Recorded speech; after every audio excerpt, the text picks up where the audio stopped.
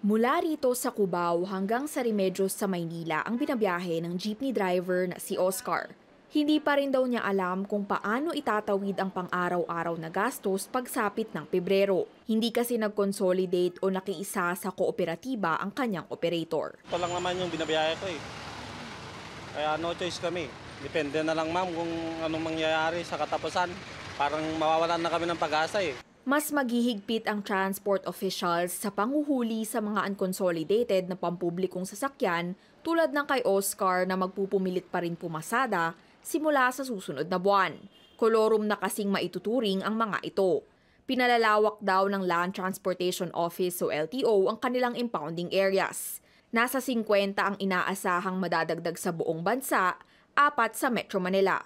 Magkakaroon daw sa Pasay City, gayon din sa Cavite, Batangas, Laguna at iba pa. Sa ngayon kasi kakaunti pa lang ang meron.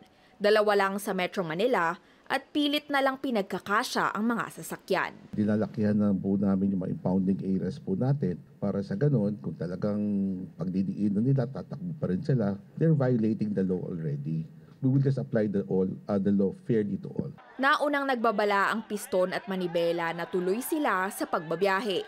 Pero pagdidiin ng LTO, posibleng magmulta ng 3 million pesos at makulong ng hanggang 5 taon ang mahuhuling lumalabag sa batas. Talagang dati naman na nilang ginagawa yan. Kung i-impound yan, tingin ko magkakaroon talaga ng kaguluhan na bago pa dumating yung mga pag-i-impound na yan.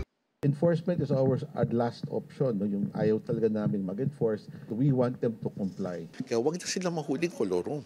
Hindi pa naman daw huli ang lahat para sa mga PUV driver na nangangambang mawalan ng hanap buhay, bagamat hindi nagpa-consolidate. Yung talagang ayaw na pong pumasada, may social component ito from TESDA and from the DSWD. Mga hindi naman nakasama sa consolidation, may binabalak po ang LTFRB na pwede pong sumama sa mga existing kooperatiba. I will be releasing in our Facebook different cooperatives nationwide. They will start hiring, they will start accepting yung mga drivers po natin na maghahanap po ng trabaho. Bukas naman daw ang jeepney driver na si Oscar kung talagang wala ng choice.